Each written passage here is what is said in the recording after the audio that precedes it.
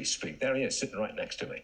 I say the future of the market depends to some degree on what President Biden does about Omicron. What say you? I agree. I mean, to some degree, I think there's other things like inflation, like the supply chain issue, the labor shortage. But when it comes to how the government handles this variant and any variant going forward, I think we're in a place now where a lot of people are more afraid of how the government is going to handle the variant than they are of the variant themselves. I mean, the fact that today we get a state of emergency in the state of New York last night shows that these people have gone off the reservation and are doing things that are detrimental and add more fuel to the fire when it comes to the economy. I'd be very doubtful, though, that the president would suggest we need new lockdowns or new restrictions or new mandates. I don't think the public's in a mood for that.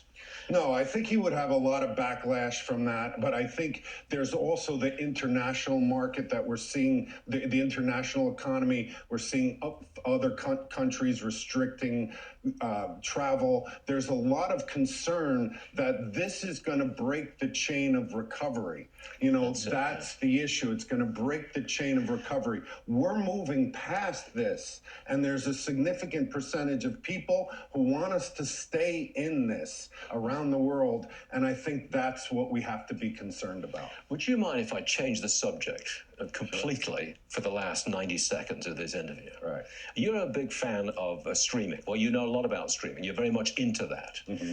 Disney Plus has put out Get Back from the Beatles. Okay? Yes. You know what a Beatles fan I am? Yes. I saw the first episode over Thanksgiving. Right. I was blown away by it. I thought it was absolutely a fabulous presentation. And yet Disney's stock is doing nothing this morning. It's actually slightly let down. It's so funny, Stuart, because when I saw that they announced they were going to do that, you were the first person that I thought about. I tend to be more, I love the Beatles. I tend to be more of a Rolling Stones fan, but I agree with you. It was fabulous. You'd think Disney would do a little better based on it, but they have a lot of catching up to do.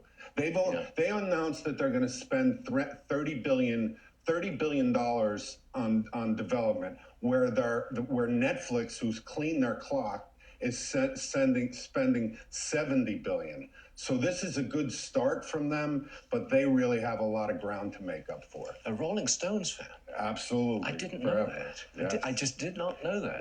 Yes. I've been to every farewell tour they've had.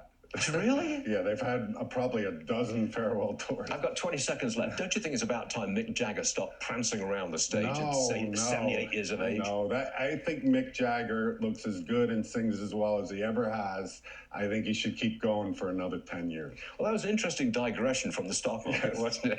We'll do it again, huh? Yeah. Jeff, thank you very much indeed, sir.